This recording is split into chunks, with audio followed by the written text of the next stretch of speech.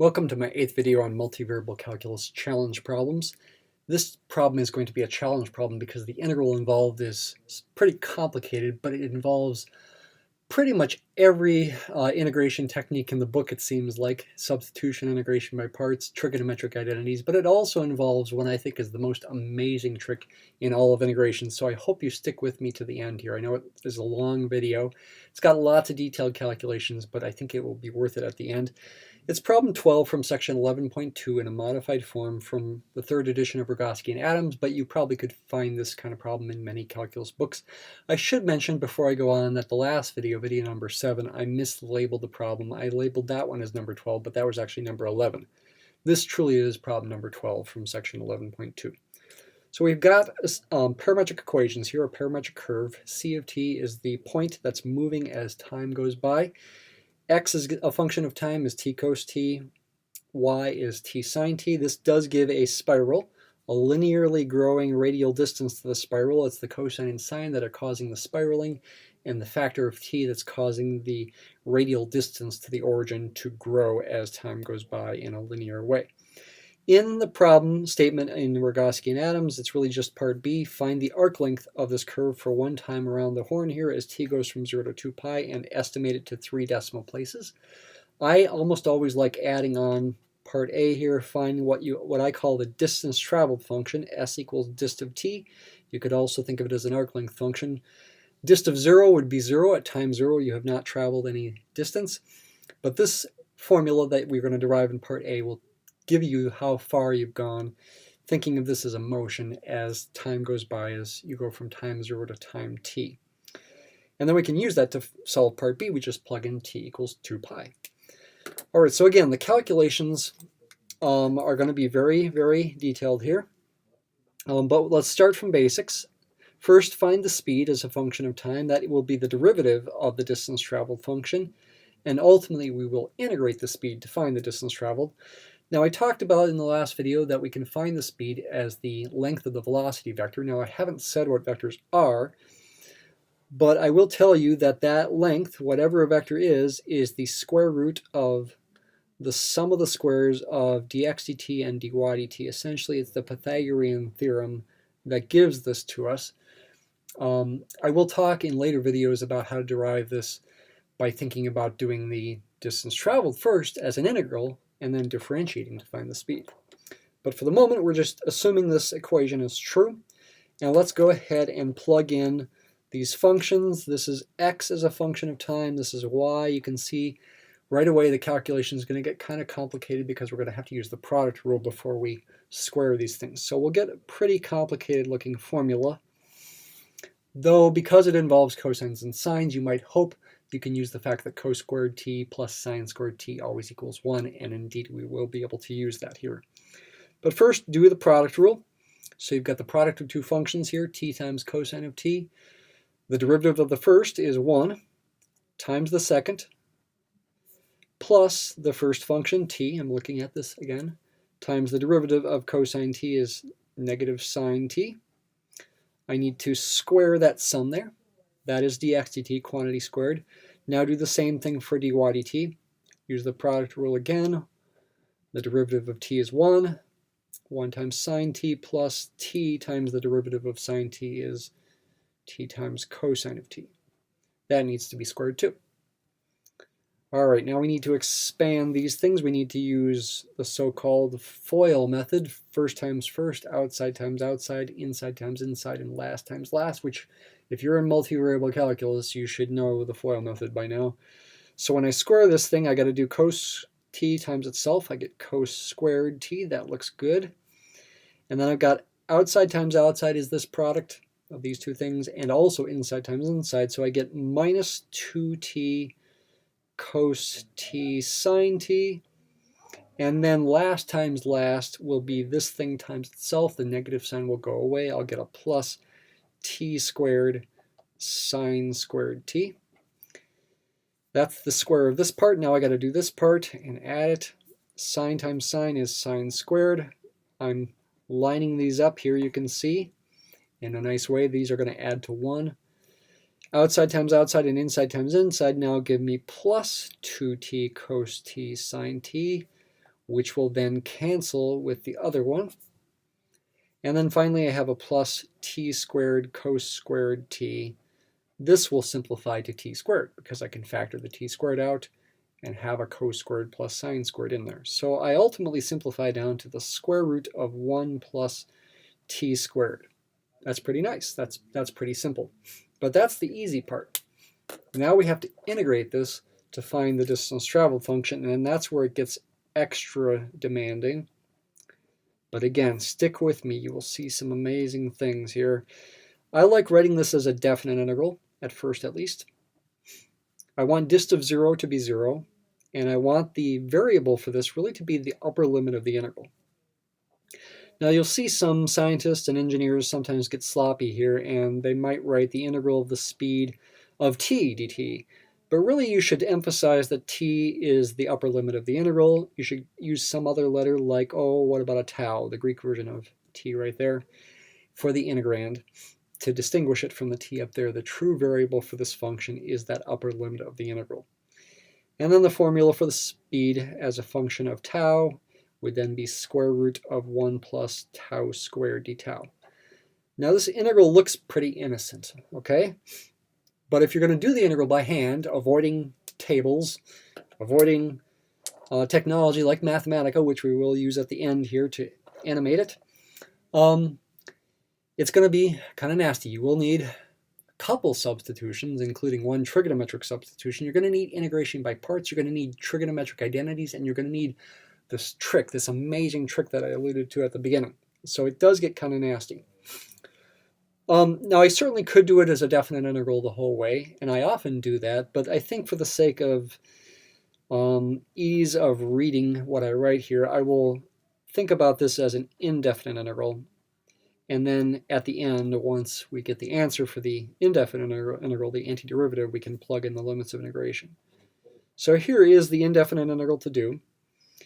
And when you have the square root of something squared, and 1 is 1 squared, plus your variable squared, it's good to do a trigonometric substitution at first if you're going to try it by hand. And the best one to use here is tau equals tangent of some other variable. How about theta? Tau is tangent theta. That would mean d tau. Differentiate tangent theta, you get secant squared theta d theta. And also it would be good to know that theta is the inverse tangent of tau, or if you prefer, the arctangent of tau. Same as the inverse tangent of tau. All right, we're going to see in a second here why that's a good idea. So once we do that substitution, this becomes the integral of the square root of 1 plus tangent squared theta, and then d tau gets replaced with secant squared theta d theta. Okay, now that integral looks more complicated, but it does simplify somewhat. 1 plus tangent squared theta can be replaced with secant squared theta. Now maybe that's something you have memorized, maybe it's not. You can derive it from the fact that cos squared theta plus sine squared theta always equals 1. You can take that identity and divide everything by cos squared theta. If you do, cos squared theta divided by cos squared theta is 1, which matches the 1 right there. Sine squared theta divided by cos squared theta is tangent squared theta, which matches that. And 1 divided by cos squared theta is secant squared theta. So we replace this whole thing with secant squared theta. Now, technically speaking, the square root of that is really the absolute value of the secant of theta. And in the last video, I emphasized that for that problem, we needed the absolute values. Video number 7, if you want to go back and watch that, we needed the absolute values in the integral for that one.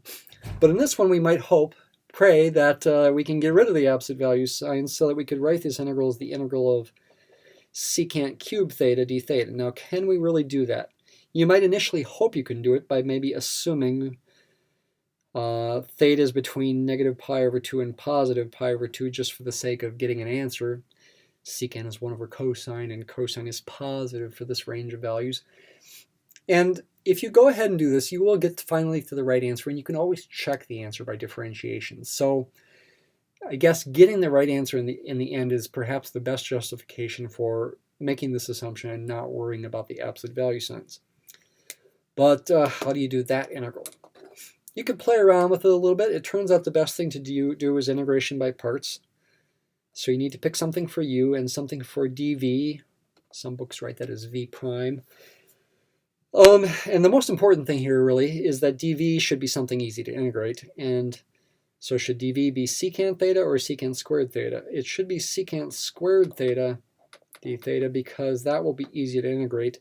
V will be tangent theta if dv is secant squared theta, which leaves u to be secant theta, and therefore du would be secant theta tangent theta d theta. And this is feeling not so good. Like, is this really going to work? It actually does, but you have to be patient, okay? It still takes a bit of time here. It still takes some tricks, some patience, and not making mistakes. So the integration by parts formula is that this is uv minus the integral of v du. So based on these substitutions here, u times v is secant theta times tangent theta. And v du is the product of these two things, so we're going to get a secant theta tangent squared theta d theta. This seems worse. Well, again, be patient. It's actually not. It's a good idea at this point to replace the tangent squared theta with, it would be secant squared theta minus 1. If 1 plus tangent squared theta equals secant squared theta, that trig identity, then I could subtract 1 from both sides, and tangent squared would be secant squared minus 1.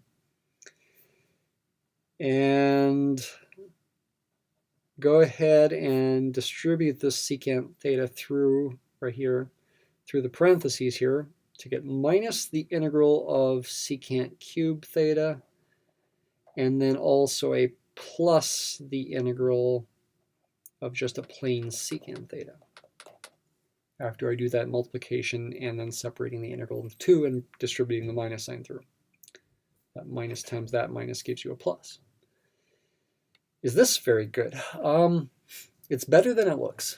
Okay, what we can do is we're looking at the equality between this and this.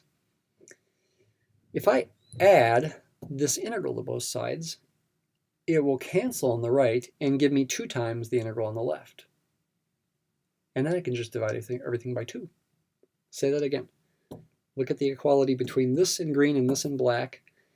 Add this integral of secant cube theta d theta to both sides, cancel on the right, get 2 times it on the left, then divide by 2.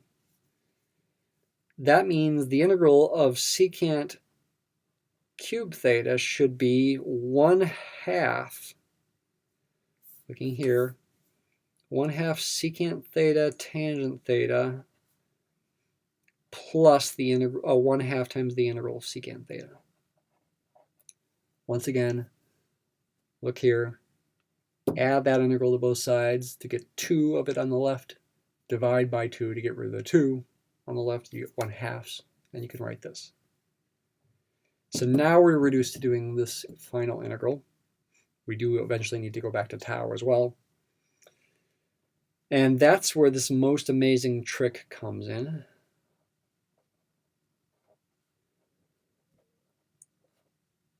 In math, it's common to either add 0 in a convenient way or multiply by 1 in a convenient way. And in this situation, we multiply by 1 in a convenient way, but it's the most unexpected version of 1 that you might ever imagine in a problem. Whoever thought of this first should have won a big monetary prize.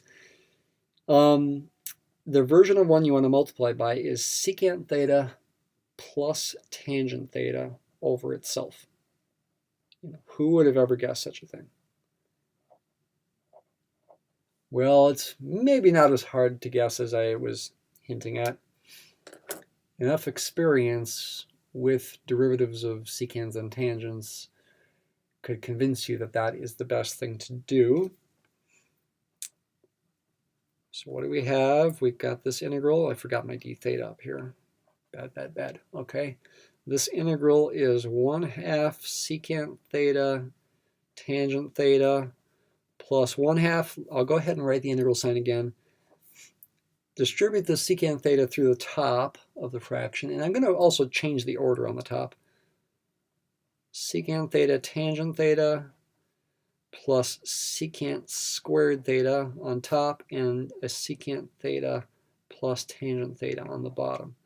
I claim this integral, despite how nasty it looks, is actually very easy to do. Why don't you pause the video and spend at least a minute or two thinking about it, seeing if you can figure out what to do. Okay, maybe if you're back, now we can think about this. You can do this integral with a substitution.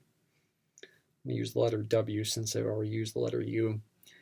W equals secant theta plus tangent theta is the substitution to use, because then dw is sitting up there for you. It's the derivative of secant is secant theta tangent theta,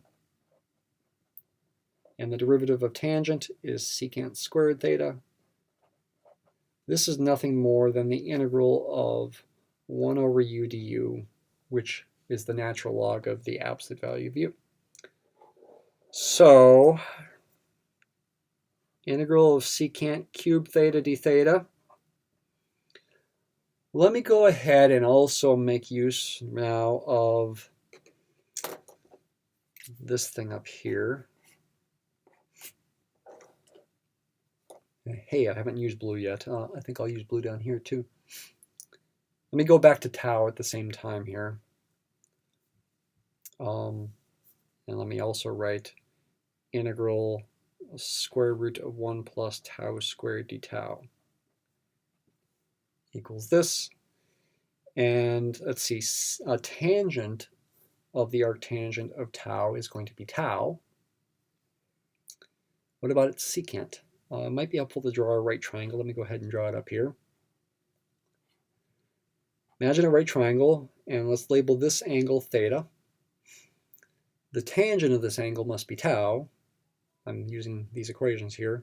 Tangent is opposite over adjacent, so katoa. Tangent is opposite over adjacent. So I could take the length of that side to be tau and the length of this side to be 1, so that the tangent of theta is tau. By the Pythagorean theorem, the hypotenuse would have length square root of 1 plus tau squared. Same as the integrand. That's no coincidence. What's the secant of that angle? Secant is 1 over cosine. Cosine, ka. Cosine is adjacent over hypotenuse. Therefore, the secant of this angle is hypotenuse over adjacent. Square root of 1 plus tau squared over 1. In other words, square root of 1 plus tau squared. So, coming back down here, this gives me 1/2 tau square root of 1 plus tau squared. That's what that simplifies to right there. And then over here I have plus 1/2 natural log of the absolute value of u. I ultimately won't need these absolute value signs either, but it doesn't hurt to have them in there. Absolute value, this is w, sorry. Absolute value of w, which is secant theta plus tangent theta. Tangent theta as before is tau, and secant theta as before is square root of 1 plus tau squared plus c. I won't need the absolute value signs here. Tau and t are going to be positive quantities here. I'm almost done. Okay, hang with me here. So what do we want? We want the distance traveled function, which is ultimately this integral. Do a definite integral now. S equals dist of t. Evaluate this from 0 to t. Tau equals t. You can get rid of the c. C doesn't matter. When you plug in 0 here, you get 0. When you plug in 0 here, you get 0 too, because you ultimately get natural log of 1, which is 0. So the only thing you really need here is to replace the tau's with t's. So the distance traveled function is kind of complicated, but this is correct. 1/2 t times square root of 1 plus t squared plus 1/2 natural log. We really don't need the absolute value signs. This will be a positive input here. T plus square root of 1 plus t squared. That is the distance traveled function. That is the answer to part A. And now for part B, we just plug in 2 pi into this, giving us pi times square root of 1 plus 4 pi squared plus 1/2 natural log of 2 pi plus square root of 1 plus 4 pi squared. Hopefully I'm not making a mistake here. I am going to be checking this with Mathematica in a minute here. Let's for the moment just use the calculator as quick as we can. I'll do both parts by themselves. Got pi times square root of 1 plus 4 pi squared. That is 19.98765. Let's approximate that to 19.98765. We need to get to 3 decimal places at the end, so that's going to be good enough. And then this natural log, 0.5 times the natural log ln of 2 pi plus square root 1 plus 4 pi squared. Hopefully I've typed everything right. This comes to about 1.26865. Now add that to 19.98765.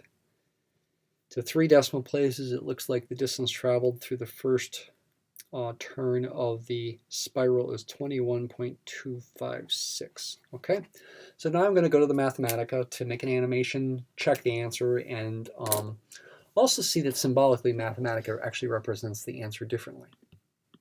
So this is the Mathematica portion of video number 8 for multivariable calculus challenge problems. Again, looking at problem 12, and again, the video number 7 was really problem number 11. This is the code where we're going to see the spiral with a linearly growing radial distance. Actually, I'm doing this more generally to allow myself to actually even change the growth rate of x and y as functions of time, the linear part of it at least. This generates the static picture. Now we're on to the animation of the motion defined by this parametric curve. So here is the motion defined by the parametric equations. This is the parametric curve. We do see it seems to be speeding up over time. That speed function was certainly increasing. And integrating that gives you the distance traveled. And again, the A in the animation, I'm allowing to change A is set to 1 here, but I could make it bigger or smaller to get a bigger or smaller spiral. Like that. And that would affect the speed as well. Bigger spirals result in bigger speeds. Okay, I added vectors to the picture for this one. As usual, I often like to add the vectors, though we will not talk about vectors in detail until chapter 12. So velocity vector in red and an acceleration vector that's orange. One interesting thing here that I see is it seems like the angle between the red and the orange vectors is close to 90 degrees, but a little bit less, no matter where you are. And that is indicating to me actually that the object is always speeding up. The fact that it's a little less than 90 degrees. And now we're on to the symbolic part and showing you how Mathematica represents the formulas differently. Here's the speed function. A in the problem we just did really was 1, so you can take this to be the square root of 1 plus t squared. The integral, Mathematica does it, including with an arbitrary a in there, but it does represent the answer differently, involving the hyperbolic arc sine. Now, if you go back to video number 5, when I talk about something called the Tractrix curve and hyperbolic functions and a water skiing moose, yeah, go back and watch video 5. I talk about hyperbolic functions there. This would be an inverse hyperbolic function, arc sinh. Hyperbolic arc sine is the inverse of the hyperbolic sine function. And if you watch that video, you'll see hyperbolic functions, like the hyperbolic sine functions, are combinations of exponential functions. So it should not be surprising that actually arc sinh is related to logarithms, in a way I'll let you figure out if you're interested. This expression does evaluate to a value of 0 when t is 0, so we can use it as the distance traveled function. And again, for our problem, a is 1.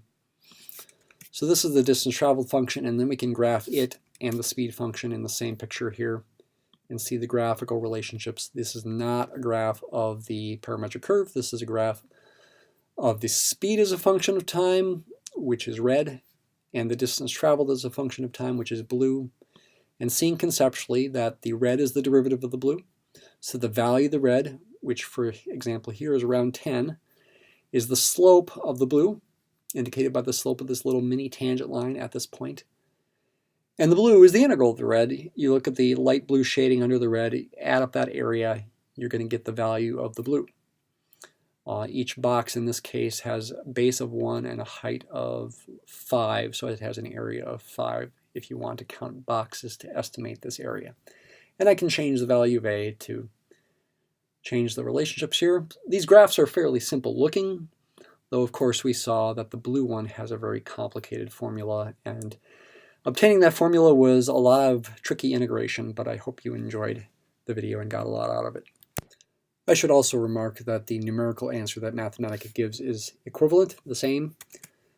If we approximate this to 3 decimal places like this, we do get the same answer as before.